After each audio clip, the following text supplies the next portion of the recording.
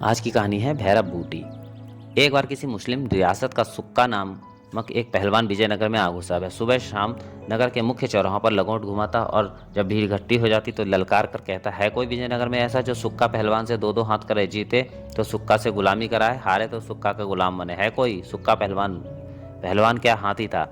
उसके भयंकर deal doll और मजबूत पुट्ठे देखकर विजयनगर के किसी पहलवान की इतनी हिम्मत नहीं हुई कि उसकी चुनौती को स्वीकार करे। जब कई दिन गुजर गए तो महाराज कृष्णदेव राय के कानों तक यह बात जा पहुंची। वे कुछ विचलित होते। उन्होंने तुरंत सेनापति को बुलाकर कहा, क्या हमारे राज्य में ऐसा कोई पहलवान नहीं जो सुक्का पहलवान का गुरूर तोड़ सके? राज्य की व्यायामशालाओं पर जो लाखों रुपया प्रतिदिन खर्च होता है वह व्यर्थ है क्या? सेनापति सिर झुकाए खड़ा रहा। वह बोलता भी क्या?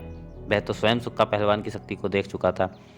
वह पक्की ईंटों को दोनों हाथों से गाजर मूली की तरह तोड़ देता था, पत्थर को नींबू की तरह मुट्ठी में मसल देता था, मजबूत से मजबूत दीवार भी कंधे की ठोकर से मार दे तो उसे धाराशायी कर देता था। ऐसा बली था। सेनापति को खामोश देखकर वे बोले, ये राज्य की प्रतिष्ठा का प्रश्न है। तुरंत राज दरबारियों को मंत्रणा के लिए बुलाया जाए। राज दरबारियों की आपात बैठक हुई मगर कोई ठोस परिणाम न निकल सका। राज्य में कोई ऐसा पहलवान नहीं था जो सुक्का को हरा देता। फिर क्या करें? महाराज ने सभी दरबारियों के समक्ष निराशापूर्ण स्वर में कहा, क्या हार मान लें?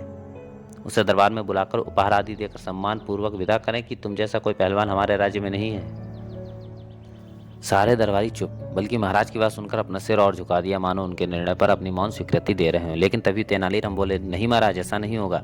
आशापूर्ण नजरों से महाराज ने तेनालीराम की ओर देखा। कौन लड़ेगा उससे? मैं लड़ूंगा, सीना ठोककर तेनालीराम ने कहा। रहने दो तेनालीराम, व्यंग से मुस्कुराकर राजपुरोहित ने कहा, वह तुम्हारी चटनी बना देगा। हाँ तेनालीराम, यह मजाक की बात नहीं है। महाराज ने कहा, कहाँ सुक्का पहलवान जैसा हाथी और कहाँ तुम दुबले पतले। कोई और उपाय सोचो ताकि इज्जत बच जाए। और कोई उपाय नहीं है, तेनालीराम ने कहा। कम से कम लोग ये तो नहीं कहेंगे कि विजयनगर में सुक्का की ललकार सुनकर कोई सामने नहीं आया। आप ऐलान करवा दें महाराज, आज से एक सप्ताह बाद मैं उससे जोर आजमाऊंगा। महाराज सोच में पड़ गए, फिर विवश होकर उन्हें स्वीकृति देनी भी पड़ी। मंत्री, सेनापति और पुरोहित मन ही मन बहुत खुश हुए कि चलो, तेनालीराम ने अपनी मौत को स्वयं दावत दे ली है, अब इसका किस्सा तो खत्म ही समझो। और अगले दिन विजयनगर में यह समाचार फैल गया कि तेनालीराम ने सुक्का पहलवान की चुनौती कबूल कर ली है। सुनने वाले चकित रह गए। तेनालीराम के हितैषियों में तो घबराहट फैल गई। कुछ लोगों को तो सम्राट पर क्रोध भी आया कि ऐसी बेमेल जोड़ी को उन्होंने अपनी स्वीकृति कैसे दे दी। कुछ लोग तेनालीराम को समझाने उसके घर भी गए मगर वह घर पर मिला ही नहीं। 5वें दिन विजयनगर में एक अफवाह और फैली कि तेनालीराम कृष्णा नदी के किनारे बने भैरव मंदिर में भैरव की साधना कर रहा है। यह बात सुक्का ने भी सुनी तो वह कुछ डर खा गया।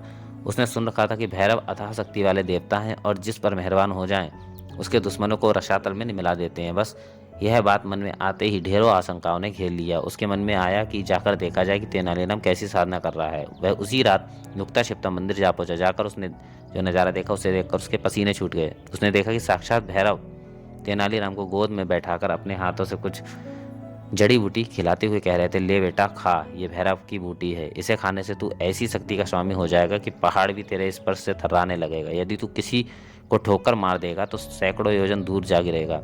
यह देखकर सुक्का पहलवान उल्टे पांव वहां से दौड़ लिया।